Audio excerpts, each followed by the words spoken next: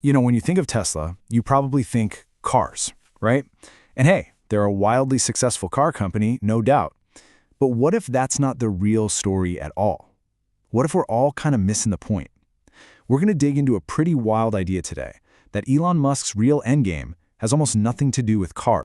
So let's just jump right in with the big question. What if Tesla's greatest, most important product isn't a car? Just let that sink in for a second. It kind of flips everything we think we know about the company on its head, doesn't it? Now, I know what you're thinking. That sounds like some crazy exaggeration, right? But that's a direct quote from a guy who knows his stuff, tech investor Jason Calacanis. And get this, it wasn't just some off-the-cuff remark. He said it right after getting a personal tour of Tesla's Optimus robot lab. Apparently, what he saw in there completely blew his mind and changed how he saw, well, everything. Okay, so let's dive into that. A world-changing prediction. What could someone possibly see that would make them say something so huge? That one single robot could make us all forget Tesla ever even made cars in the first place. And when you look at the details, his claims are just staggering. He's not just saying Optimus is going to be a hit. No, he's saying it will be the greatest product in the history of the world, and that Musk plans to make 1 billion of them. 1 billion! The goal is basically a 1-to-1 ratio with humans on the planet. Can you even imagine that? It would completely change everything about work, the economy, everything. And because of this, Calacanis' takeaway is simple. Tesla has, and I quote, essentially already won. Okay, that's some serious hype, but let's pump the brakes for a second. A prediction that big has to come with some massive challenges, right? To get a more down-to-earth take, we're going to turn to expert Larry Goldberg. And he says the real problem, it's probably not what you're thinking. You see, it's easy to get wowed by the hardware. The robot itself is cool. The way it moves, its hands, all that stuff is impressive. But Goldberg's point is that, in the grand scheme of things, that's not the hard part. In this race to build a real humanoid robot, the body, that's actually the easy part. The real mountain they have to climb is something else entirely. So, if the hardware isn't the big deal, then what is? What's the thing that's going to make or break this whole project? Well, Goldberg calls it the 90% problem. Basically, it's the part of the work that is almost everything, the thing that will decide who wins and who loses this robotics race. And it all comes down to software. The 3 big challenges are right here. First, the robot has to understand the world around it. Second, it has to be able to move through that world without, bumping into everything. And third, and this is the big one, it has to be trainable, like easily trainable. That's it. That's the battleground. Whoever solves these software problems wins. So why the heck does anyone think Tesla has a shot at solving this insane software problem?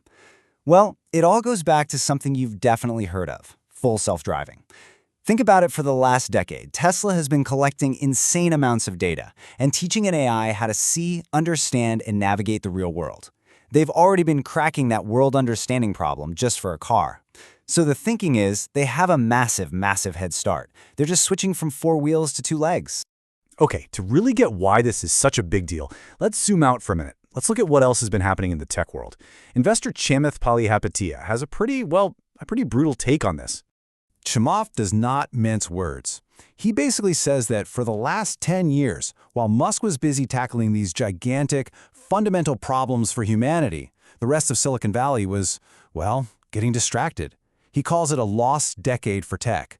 And when you put them side by side, you can really see what he means. In Musk's column, you've got things like reusable rocketry, global satellite internet, electric cars. Huge world-changing stuff. And in Silicon Valley's column, things like AirPods, Instagram Reels, and a million different apps. Now, don't get me wrong, those things are cool, but the difference in the sheer scale of ambition, it's just staggering. And it's not just Chamath who feels this way. Larry Goldberg actually agrees, even calling Musk a man of the century. His argument is that when you add it all up, SpaceX, Tesla, Neuralink, the Boring Company, you're not just looking at a successful CEO. You're looking at a historical figure, someone on the level of a Leonardo da Vinci or a Thomas Edison. Pretty big praise.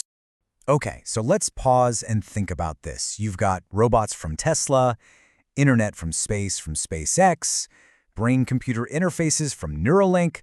All these incredible technologies are starting to overlap. This creates a huge, huge question. How on earth do you manage all of this as a business?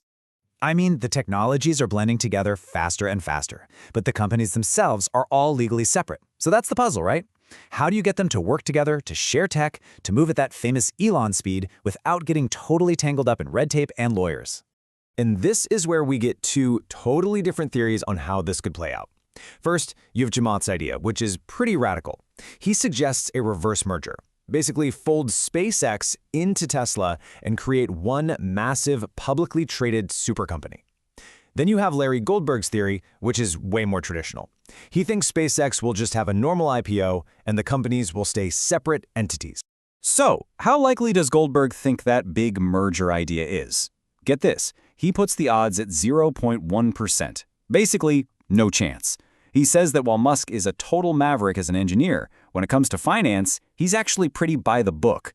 And a merger like that would be a legal and logistical nightmare that he'd probably want to avoid at all costs. But here's the catch with keeping them separate. It creates friction. Every time they want to work together, they have to drop up these formal contracts, get approvals from both boards, and make sure they're not opening themselves up to lawsuits. And all of that bureaucracy, it just slows everything down. And as we all know, slow is not exactly in Elon Musk's vocabulary. So, when you put it all together, the robots, the AI, the crazy corporate puzzles, it all points back to one big idea. There is a massive revolutionary shift happening right under our noses, but the crazy thing is, it's almost like it's hiding in plain sight. And this is the real disconnect, isn't it? People deep inside the tech world, they see it, they get the bigger picture. The AI, the robotics, the energy, all of it coming together. But to pretty much everyone else, the public, the stock market, Tesla is still just a car company. And Larry Goldberg has a really interesting way of looking at this gap in perception.